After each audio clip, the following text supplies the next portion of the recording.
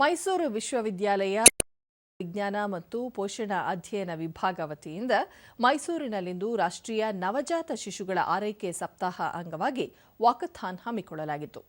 ಈ ವೇಳೆ ಆಹಾರ ಮತ್ತು ಪೋಷಣ ಅಧ್ಯಯನ ವಿಭಾಗದ ಮುಖ್ಯಸ್ಥ ಜನಾರ್ದನ್, ಪ್ರಾಧ್ಯಾಪಕರಾದ ಕೋಮಲ ಸೇರಿದಂತೆ ವಿಶ್ವವಿದ್ಯಾಲಯದ ಪ್ರಾಧ್ಯಾಪಕರು, ವಿದ್ಯಾರ್ಥಿಗಳು ಪಾಲ್ಗೊಂಡಿದ್ದರು.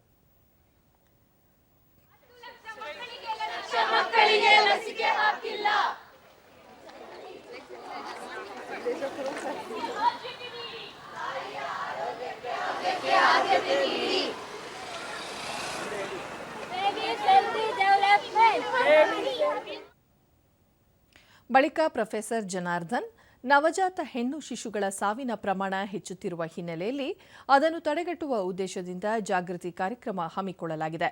ವಿನೂತನ ಕಾರ್ಯಕ್ರಮದಲ್ಲಿ ವಿದ್ಯಾರ್ಥಿಗಳು ಸೇರಿದಂತೆ ಹಲವರು ಪಾಲ್ಗೊಂಡು ಜಾಥಾ ಯಶಸ್ವಿಗೊಳಿಸಿದ್ದಾರೆ ಎಂದರು.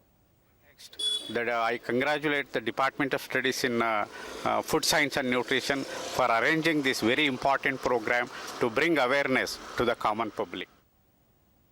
ಪ್ರೊಫೆಸರ್ ಕೋಮಲ, ತಾಯಿ ಮತ್ತು ಮಕ್ಕಳ ಮರಣ ಪ್ರಮಾಣವನ್ನು ಕಡಿಮೆ ಮಾಡುವ ಉದ್ದೇಶದಿಂದ ಅರಿವು ಮೂಡಿಸಲು ಜಾಥಾವನ್ನು ಆಯೋಜಿಸಲಾಗಿದೆ ಎಂದು ತಿಳಿಸಿದರು. ಪ್ರಮಾಣವನ್ನು ಗಮನಿಸಿದಾಗ ನಮ್ಮ ದೇಶ ಇನ್ನೂ ಹಿಂದುಳಿದಿದೆ. ಏನು ನಾವು ಈ ವರ್ಷದಲ್ಲಿ ರೀಚ್ ಆಗಬೇಕಾಗಿತ್ತು ಅಂತ ಒಂದು ರೀಚನ್ನು ಆಗಿಲ್ಲ. ಹಾಗಾಗಿ ಈ 2 ದಿವಸಗಳನ್ನು ಮೇನ್ ಆಗಿ ನಾವು ಎಲ್ಲರಿಗೂ ಮಾಹಿತಿಯನ್ನು ಕೊಡಬೇಕು ಅನ್ನೋ ಒಂದು ಉದ್ದೇಶದಿಂದ ಈ ದಿನಾಚರಣೆಯನ್ನು ಆಚರಿಸಲಾಗ್ತದೆ.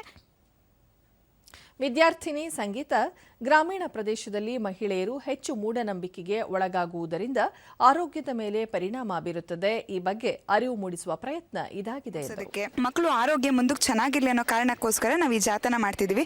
ಇದರಿಂದ ಇವಾಗ ಹುಟ್ಟಿರೋ ಮಕ್ಕಳಿಗೆ ಮತ್ತೆ ತಾಯಂದ್ರಿಗೆ ಎಲ್ರದ್ದು ಆರೋಗ್ಯ ತುಂಬ ಸುಖಕರವಾಗಿರಲಿ, ಅವ್ರದ್ದೆಲ್ಲದನ್ನು ತುಂಬ ಜಾಗೃತರಾಗಿರಲಿ ಅನ್ನೋ ಒಂದು ಕಾರಣಕ್ಕೋಸ್ಕರ ನಾವು ಈ ಜಾಥಾನ ಮಾಡ್ತಿದ್ದೀವಿ.